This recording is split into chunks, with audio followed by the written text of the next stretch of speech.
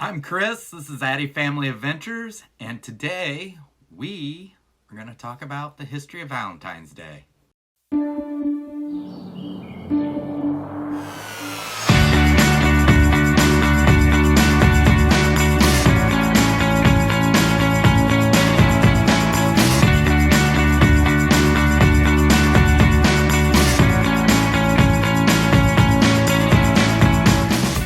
Alright, so Valentine's Day. It is Valentine's Day, so happy Valentine's to everybody out there. And I just wanted to go over a little bit of the history. If you're wondering where I'm getting this information, I'm getting this information from history.com.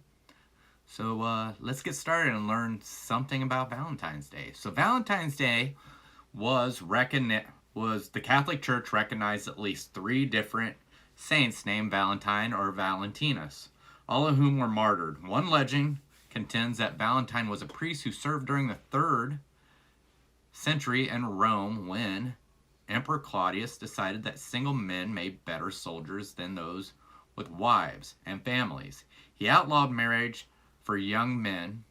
Valentine realized the injustice of the decree, defied Claudius, and continued to perform marriages for young lovers in secret. When Valentine's actions were discovered, Claudius ordered that he be put to death.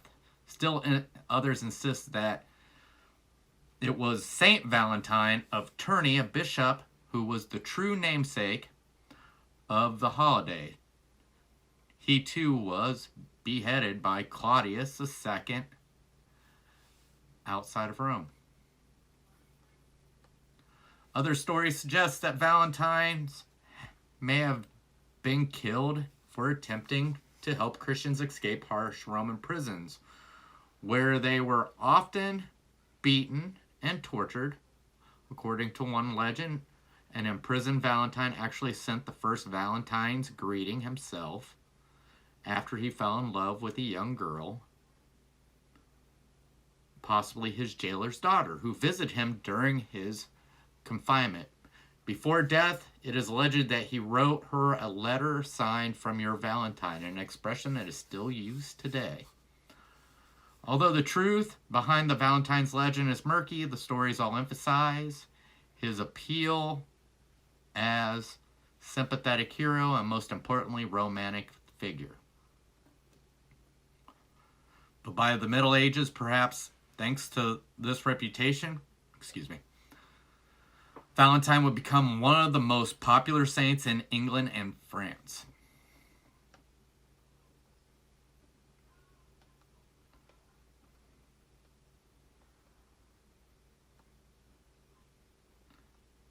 All right, to begin, while some believe Valentine's is celebrated,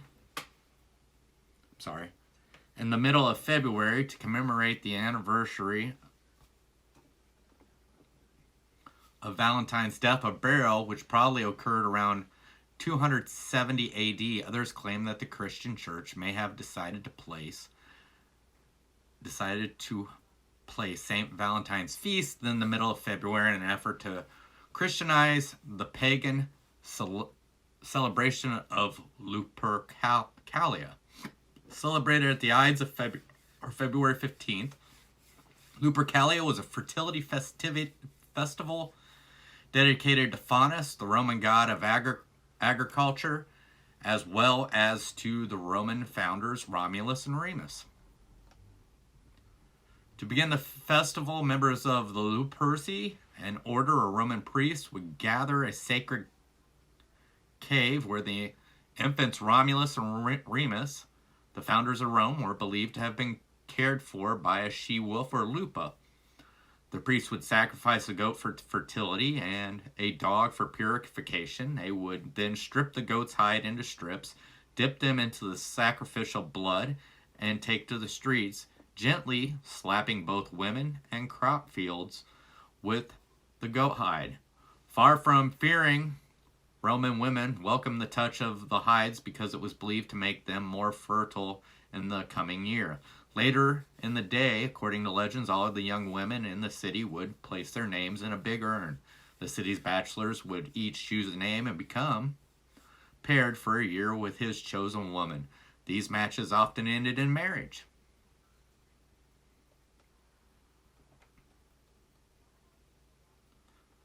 Lupercalia survived the initial rise of Christianity, but was outlawed. It was deemed unchristian at the end of the 5th century when Pope Gelasius declared February 14th St. Valentine's Day. It was not until much later, however, that the day became definitely associated with love.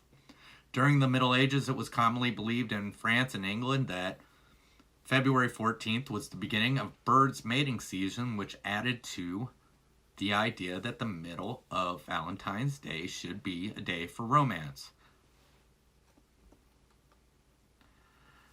Valentine's greetings were popular as far back as the Middle Ages, though written Valentines didn't begin to appear until after 1400. The oldest known Valentine still in existence today was a poem written in 1415 by Charles Duke of Orleans to his wife while he was imprisoned in the Tower of London. Following his capture at the Battle of Agincourt, the greeting is now part of the manuscript collection of the British Library in London, England. Several years, it is believed that King Henry V hired a writer named John Lydgate to compose a Valentine note to Catherine of Valois. In addition to the United States, Valentine's Day is celebrated in Canada, Mexico, the United Kingdom, France, and Australia. In Great Britain, Valentine's Day began to be popularly celebrated around the 17th century. By the middle of the 18th, it was common for friends and lovers of all social classes to exchange small tokens of affection or handwritten notes. And by 1900s, printed cards began to replace written letters due to improvements in the printing technology. Ready-made cards were an easy way for people to express their emotion in a time when direct expression of one's feeling was discouraged. Cheaper postage rates also contributed to the increase in the popularity of sending Valentine's Day cards or greetings. America probably began exchanging handmade Valentines in the early 1700s. In the 1840s, Esther A. Halling began selling the first mass-produced Valentines in America. Halling, known as the Mother of Valentine, made elaborate creations with real lace, ribbon, and colorful pictures known as scrap. Today, according to the Greeting Card Association, an estimate of 145 million Valentine's Day cards are sent each year, making Valentine's Day the second largest card sending holiday of the year, second only to Christmas. Women purchase approximately 85% of the Valentines. So, pretty interesting stuff. There was a lot of stuff that actually did happen on that day, but we won't go into that. So, once again, that's Valentine's Day. I hope you have a happy Valentine's. And if you like this, if you like my content, please like, subscribe, and comment. And as always, I hope to catch you on our next adventure. And remember, adventure is out there.